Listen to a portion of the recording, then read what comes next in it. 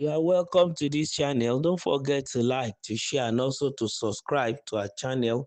In the news, Dalhatu reacts after Gumi said bandits are better than terrorists because they kidnap for ransom. Alhaji Bashiru Dalhatu, chairman of the Arewa Consultative Forum (ACF), has responded to Islamic cleric Sheikh Ahmad Gumi's controversial remarks comparing bandits to terrorists. He said it is wrong to suggest that one form of violence is more acceptable than another, emphasizing that both kidnapping and killing are criminal and deeply harmful. In a report by Nigerian Tribune on Saturday, November 29, 2025, Dalatu reacted to Gumi's statement that bandits are better than terrorists because they primarily kidnap for ransom rather than kill. The Dalhatu family rejects this view, stating that no one wants to be kidnapped or murdered, and both acts must be condemned equally.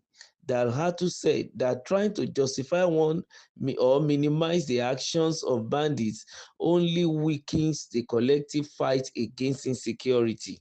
He stressed that all forms of violence, regardless of motive, should be treated with the same level of seriousness and urgency.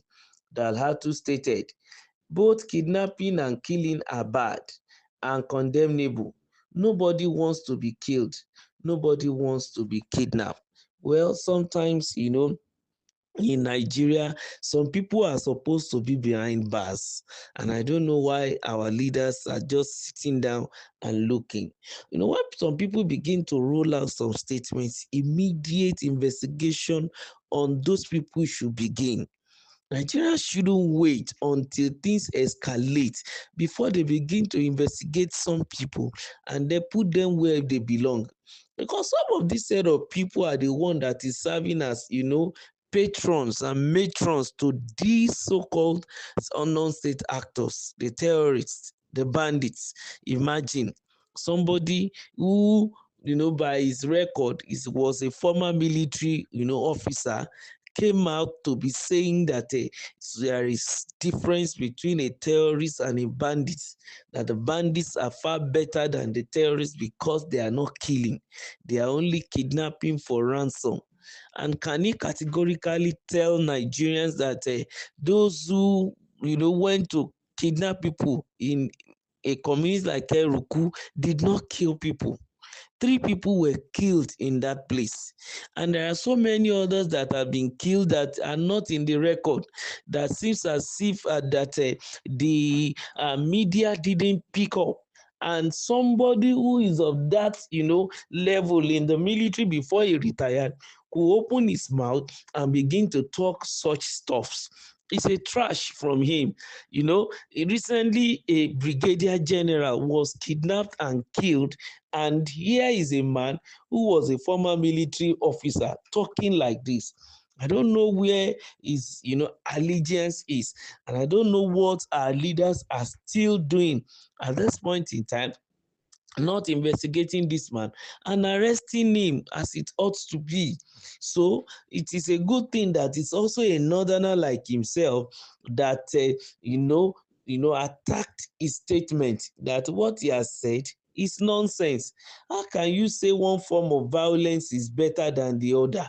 It is all criminal and behavior, and they are both deeply harmful.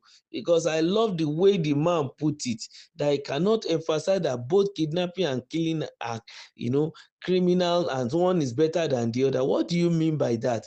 If you kidnap people and it seems as if there is no ransom to be given concerning those people, are they not going to kill them?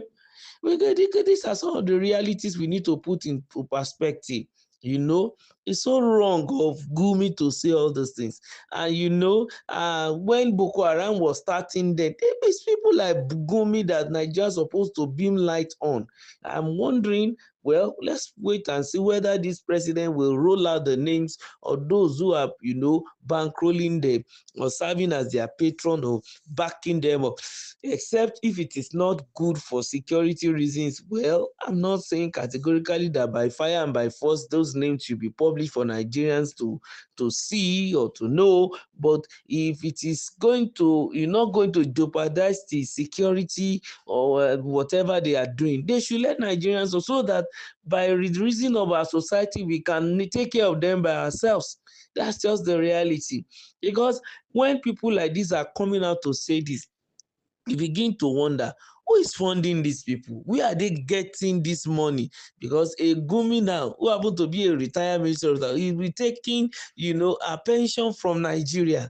And here we are. This is the man that has always been, being in the forefront of negotiation between the country, the federal government, and all these bandits and terrorists, taking ransoms on their behalf and having people that does run the job for them, and they have the effrontery to come out to the public and speak in this manner. It's so shameful, and I don't know why some people don't think, and it's such a pity that some people will still go and sit under this kind of a man and be listening. He'll be teaching them something about religion and things like that. So we have so many of them like that in this country, and they are the one brainwashing our youth in the northern part of the country, and then pushing them into living a life of, banditry or terrorism and kidnapping. And so many of these youth now have been subjecting themselves to, drug abuse and the likes, because I don't know how somebody will be so bold to be killing innocent people if he's not high on something.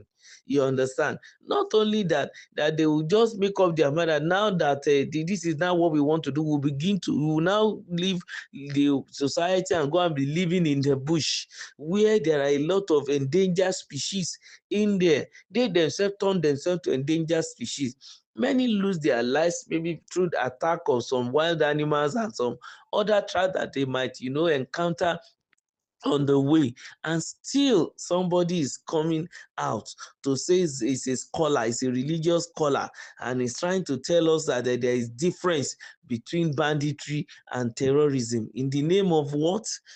The life and the property of the people are not even of concern to him.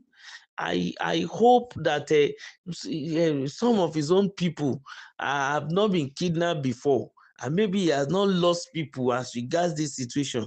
Maybe that's why he feels that it's convenient for him to also give, some soft face even onto these people who are, perpetrating all this nefarious activity. But everybody will surely come out to condemn him. Not only Alhaji Dalhatu, the whole Nigerians and the people who have been affected, the family that have been affected, are condemning him, because he cannot justify nonsense and he cannot minimize those actions. And I think the federal government should look into his matter. Don't forget to like, to share, and also to subscribe to our channel. Thank you.